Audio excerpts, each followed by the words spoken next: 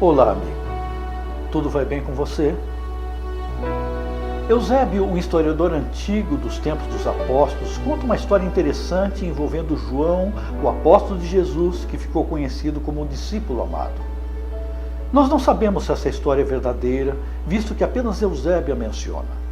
Mas embora possa ser apenas uma lenda, ajuda-nos a relembrar o poder maravilhoso da graça de nosso Senhor Jesus Cristo.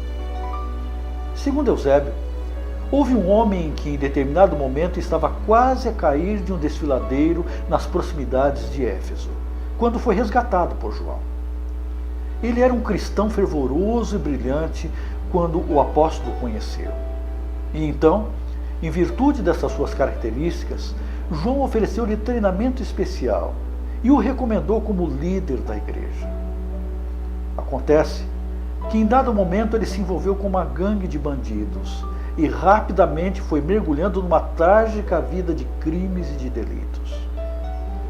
Algum tempo depois, as notícias sobre a apostasia deste jovem, que a princípio parecia tão promissor, chegaram até o apóstolo.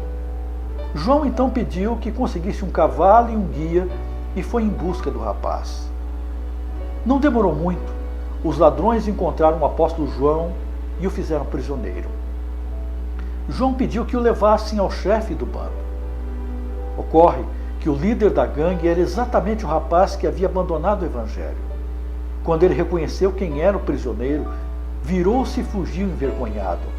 Mas João saiu correndo atrás dele e gritou: "Não tenha medo, ainda há esperança para você. Vou interceder com Cristo por você. Fique, acredite que Cristo me enviou." Conta Eusébio que finalmente o rapaz voltou para Jesus e passou a viver uma vida exemplar. Como mencionei a princípio, não há segurança sobre a autenticidade deste relato, mas de uma coisa eu tenho certeza, amigo: ainda há esperança para você. Você está cansado de tentar e tentar desesperadamente para simplesmente fracassar tantas vezes? Ainda há esperança para você. Você tem perdido o sono com a consciência machucada pelos erros repetidamente praticados, apesar de saber que não deveria cometê-los? Ainda há esperança para você. Você se sente desanimado de lutar contra pecados e fraquezas que lhe dominam e que, a despeito de seus propósitos, sempre lhe subjugam? Ainda existe esperança para você. Ninguém mais acredita em você, em suas promessas, em seu potencial. Todos já desistiram de você. Todos lhe veem como um caso perdido, sem solução, sem perspectiva. Pois eu lhe digo, ainda há esperança para você. Sabe por quê? Porque Deus é especialista em casos perdidos. Ele sempre busca, transforma e usa aqueles que foram rejeitados pela sociedade como casos sem esperança, sem possibilidades, sem perspectivas. Ele é o Deus que vê virtudes numa prostituta chamada Maria Madalena. É o Salvador que vai à beira de um poço distante buscar uma desprezada mulher samaritana com o coração sedento, viciada em relacionamentos transitórios e sem sentido.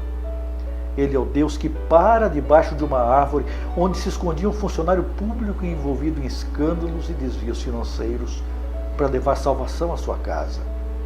Ele é o mestre que escolhe para discípulos gente comum, defeituosa, com problemas sérios na vida, como os briguentos e vingativos filhos de Zebedeu, o Pedro traidor, o Judas politiqueiro e desonesto, o incrédulo Tomé, todos, sem exceção, cheios de problemas, de frustrações, de ambições terrenas. Para esses, Jesus fez questão de garantir: você não é um caso perdido. Ainda existe esperança para você. Qual é o seu problema, amigo? Talvez há muito tempo você venha lutando contra o álcool, contra as drogas, contra o fumo, a pornografia, a desonestidade, a traição, a mentira, o orgulho, a vaidade. É possível que, a despeito de tanto esforço para vencer, ninguém saiba disto, nem seu cônjuge, seu líder espiritual, seu amigo mais próximo. Talvez em lágrimas, tantas vezes diante de Deus você já prometeu abandonar o erro, mas nunca conseguiu cumprir a promessa. Por isso se sente frustrado, infeliz, desanimado, impotente e merecedor da graça e misericórdia. Pois eu lhe garanto em nome de em Jesus Cristo, ainda existe esperança para você. Seu problema é o pecado?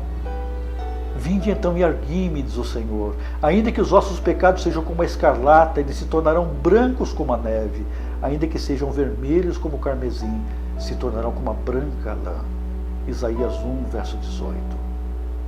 Seu problema é que se sente sem forças para continuar. O Senhor diz: porque eu, o Senhor teu Deus, te tomo pela tua mão direita e te digo, não temas, eu te ajudo. Isaías 41, verso 13. O seu problema é que você se acha pequeno demais para que o Rei do Universo se preocupe com você, que queira salvar você, que estenda a mão para levantar você, que possa usar você.